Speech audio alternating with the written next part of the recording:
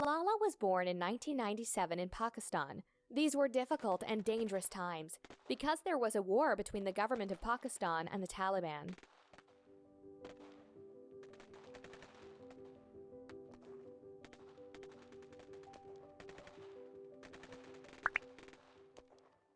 The Taliban wanted to forcefully impose their ideas. One of these ideas was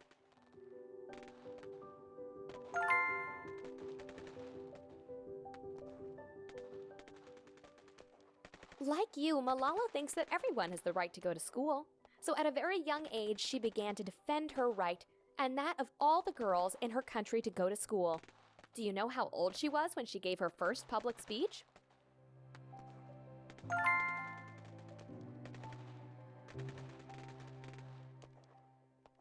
At 11 years of age, Malala became a blogger for the BBC.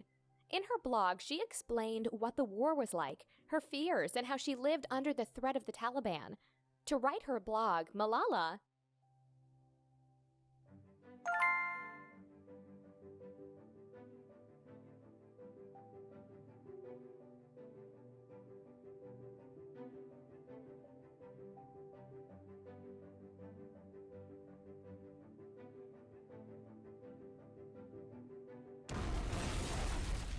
The war continued and the Taliban prohibited girls from going to school. They also destroyed hundreds of schools to prevent them from even trying.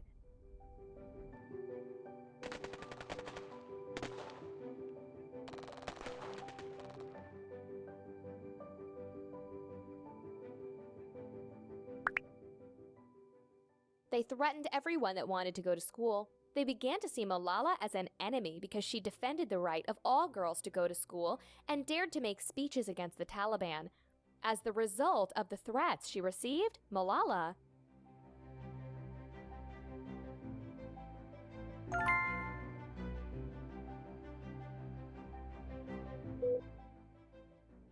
But one day, something terrible happened. When Malala returned from school, the Taliban shot her and she was seriously injured. Luckily, the doctors managed to save her life.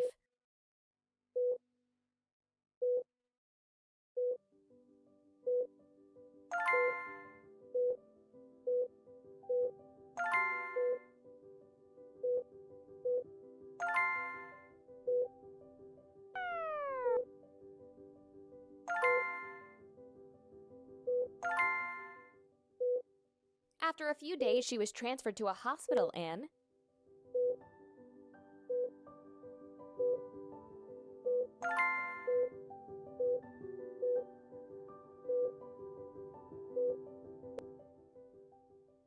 After many operations and days in the hospital, Malala made a complete recovery. On July 12, 2013, the day she turned 16 years old, she made an emotional speech before the UN. Since then, July 12th is Malala Day.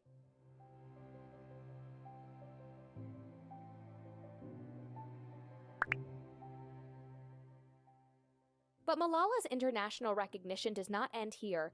At just 17 years old, she became the youngest person to receive the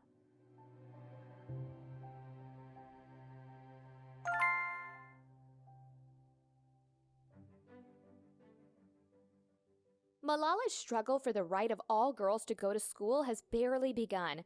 Malala continues working and spreading her ideas through books, documentaries, and interviews. Because today, there are still 130 million girls who cannot go to school.